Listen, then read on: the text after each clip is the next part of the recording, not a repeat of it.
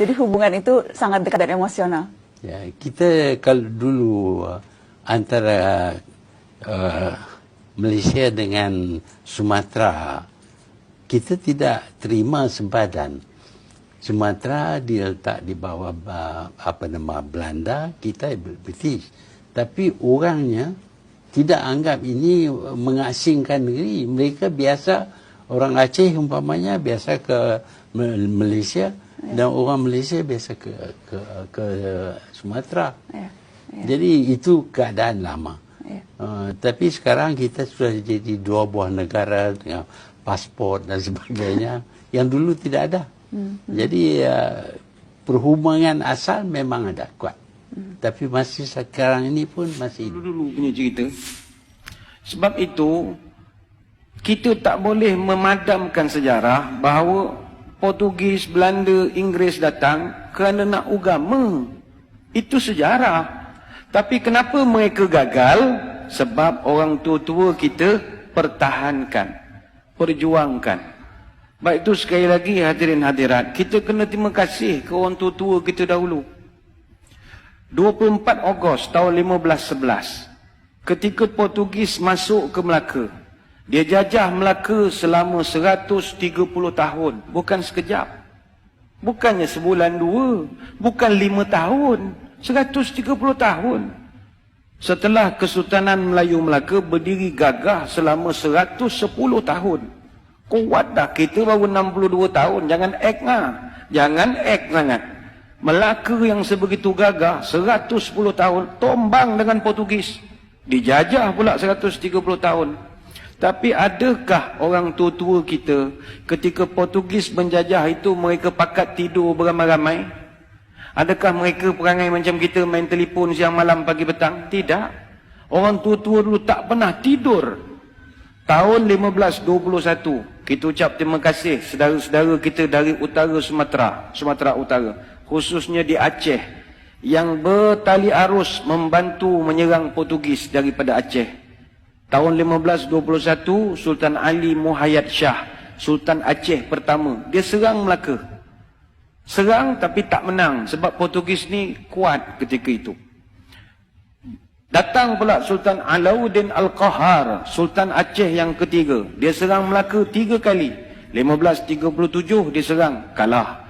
1547 dia serang guna kapal, pun kalah. Tahun 1564 dia minta bantuan dari kerajaan Turki Utsmani. Semasa itu kerajaan Turki Utsmani diperintah oleh Sultan Sulaiman yang merupakan Sultan Turki Utsmaniyah yang ke-10, minta tolong tapi gagal. Adakah Portugis terlampau kuat? Tidak juga. Portugis tak kuat. Tapi di kalangan orang Melaka ketika itu, seronok kerja dengan Portugis. Jadi dia orang dah dapat gaji, ada allowance, ada pangkat, ada apa. Dia orang pula mempertahankan Portugis siang malam pagi petang. Jadi Portugis main wayang sajalah. Orang-orang kita yang berlawan sesama kita. Kemudian Sultan Ali Riayat Shah, Sultan Aceh yang ke-9, serang Melaka 3 tahun berturut-turut. 1573, 1575, 1577. Tapi tak menang, pembelot ramai. Sambung balik Dik Sultan Iskandar Muda, Sultan Aceh yang ke-12. Dia serang 2 tahun, 1615 dengan 1638. Hasil daripada serangan demi serangan bertali arus, akhirnya Portugis lemah. 1641, Belanda datang. Bila Belanda datang, orang Aceh dah penat. Penat dah menolong. Orang tempatan masih lagi seronok dengan baju uniform, dapat apa, komen seronok, dapat jadi pegawai kerajaan, jadi orang pencen. Tak ada dia berjuang melawan Belanda dah. Belanda datang tahun 1641, kita ucap terima kasih lah kepada saudara-saudara kita dari Makassar, Bugis. Orang Bugis yang banyak menolong kita. Orang Belanda datang jajah Melaka Johor berapa tahun? 183 tahun. 183 tahun. Datanglah orang-orang Bugis tahun 1782 sampai 1784, yang itu memang serang habis-habisan. Maka dicatatkan dengan tinta emas dalam sejarah negara. Muncullah satu orang pahlawan terbilang, marhum Raja Haji Fi Sabilillah Ibni Daing Celak, yang digelarkan marhum Teluk Ketapang. Bagi tuan-tuan di Selangor, kena kenangkan marhum Raja Haji Fisabilillah. Apa sebab? Dia ni yang di Pertuan Muda Kesultanan Johor Riau Lingga yang keempat. Dia Tengku Mahkota Raja Muda. Dan dialah abang kepada Sultan Selangor yang pertama. Sultan Selangor yang pertama namanya Raja Lumu bin Daing Celak. Raja Lumu ni ditabalkan dengan nama Sultan Salahuddin Shah, memerintah Selangor 1745 sampai 1778. Kenapa adik dia yang jadi raja? Abangnya mangkat awal. Kenapa abangnya mangkat awal? Mangkat di Kota Melaka 19 Jun tahun 1784. Umur baru 57 tahun. Ketika jenazahnya ditemui, tangan kanannya memegang kitab Dalailul Khairat, tangan kiri memegang badik. Dia lawan Belanda sampai ke Kota Melaka. Tapi akhirnya gugur menjadi seorang syahid. Kenapa mereka ni berjuang berhabis-habisan? Nak pastikan orang putih, jangan kau nak tukar agama cucu cicit aku. Itu aja. Itu dia dari Makassar, apa kena mengena dengan Melaka? Ukhuwah Islamiyah. 1786 Inggeris datang ke tanah Melayu. Mula-mula dia datang masuk ikut Pulau Pinang. Dia masuk Pulau Pinang, dia tukar habis sejarah Pulau Pinang. Dia dakwa dia pula yang membuka Pulau Pinang. Apa benda dia pula membuka Pulau Pinang? Ingat kita ni tak reti yang buka negeri agaknya. Maka terpadamlah sampai sekarang sejarah sebenar pembuka awal Pulau Pinang tahun 1730.